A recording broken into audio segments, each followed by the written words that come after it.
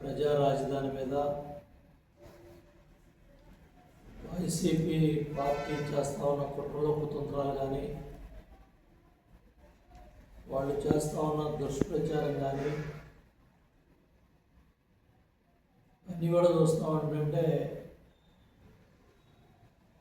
అక్కడ నిర్మాణాలు పరిగెడుతూ ఉన్నాయి. వేగవంతంగా పూర్తి కావడానికి ఏజెన్సీలు, ఇంజనీర్లు, అక్కడ పనిచేస్తూ ఉన్న శ్రామికులు, కార్మికులు రాత్రి పగలు లేకుండా 3 షిఫ్ట్లో దగ్గర 30,000 మంది పనిచేస్తూ ఉన్నారు. పండుగలు వచ్చినా బయట ప్రాంతాల నుంచి, బయట రాష్ట్రాల నుంచి వచ్చిన కార్మికులు కూడా గత ఎండాకాలం కూడా కష్టపడి పనిచేశారు.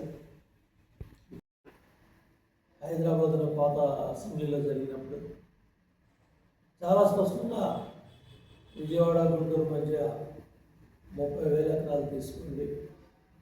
మేము కట్టుబడి ఉన్నాం, మేము మద్దతు తెలియజేస్తున్నాం అమరావతి ప్రజా రాజధాని అని అసెంబ్లీ సాక్షిగా ఆ రోజు మాట్లాడాడు రైతులకు సంఘీభావంగా.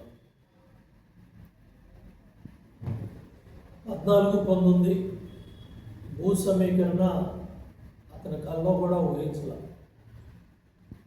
29 గ్రామాల్లో దగ్గర 30,000 మంది రైతులు, 34,000 ఎకరాలు ఎటువంటి వ్యతిరేకత లేకుండా స్వచ్ఛందంగా తాత ముత్తాతలు ఇచ్చిన ఆస్తులన్నీ కూడా 2 పంటలు 3 పంటలు కూడా లెక్క పెట్టకుండా ఈ రాష్ట్ర ప్రజలకి ఒక రాజధాని కావాలి, మనం రాజధాని నిర్మాణంలో సమిధులుగా మనం కూడా భాగస్వాములు అవ్వాలని వాళ్ళు పెద్ద మనసుతో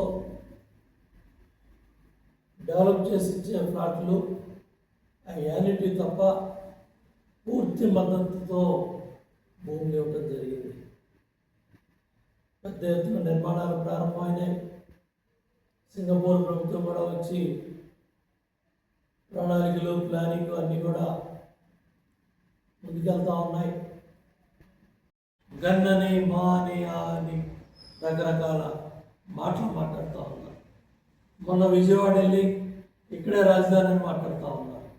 అంటే 47,000 కోట్లతో దగ్గర సెల్ఫ్ ఫైనాన్సింగ్ ప్రాజెక్టుగా పెద్ద ఎత్తున ఒక ఐకానిక్ బిల్డింగ్స్ అన్నీ, సెక్రటేరియట్ అవ్వచ్చు, అసెంబ్లీ ఐకానిక్ భవనం అవ్వచ్చు, సుప్రీంకోర్టు న్యాయమూర్తులు వచ్చి శంకుస్థాపన చేసిన హైకోర్టు భవనం అవ్వచ్చు, అక్కడ నిర్మాణాలు అవుతున్న ఎమ్మెల్యే, ఎమ్మెల్సీ భవనాలు అవ్వచ్చు, పూర్తి చేసుకున్న భవనాలు అవ్వచ్చు, ఐఏఎస్, ఐపీఎస్ భవనాలు అవ్వచ్చు,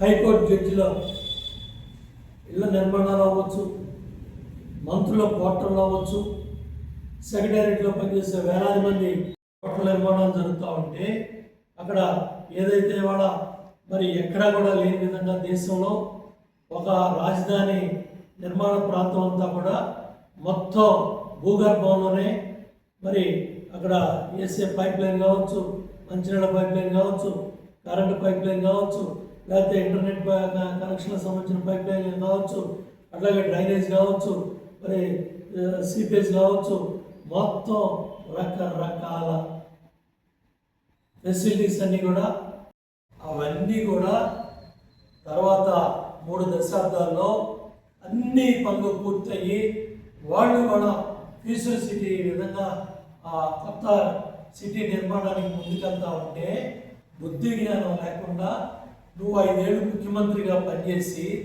ఒక చక్కటి నిర్మాణాన్ని 2014లో ఆయన ప్రపంచ స్థాయి రాజధాని నిర్మాణాన్ని ప్రారంభం చేస్తే, ప్రణాళికలు ఇచ్చి పనులు మొదలు పెడితే, కేంద్ర రాష్ట్ర నిధులు ఖర్చు పెట్టబడి ఉంటే 5 ఏళ్ళు విధ్వంసం చేసి పనులు ఆపేసి అడ్డం పడి విద్వేషాలు రెచ్చగొట్టి కావచ్చు, లేకపోతే ఎయిర్ స్పేస్ వచ్చే కావచ్చు, డిఫెన్స్లో వచ్చే కావచ్చు, హార్టికల్చర్ హబ్ కావచ్చు, రాయలసీమ రత్నాలసీమగా హార్టికల్చర్ హబ్గా బ్రహ్మాండంగా పరిగెడుతూ ఉంది. అక్కడ కుట్ర చేయాలనే ప్రయత్నం చేశావు, అడ్డుకోవాలనే ప్రయత్నం చేశావు, రెచ్చగొట్టాలనే ప్రయత్నం చేశావు, రైతులు రెచ్చగొట్టాలనే ప్రయత్నం చేశావు.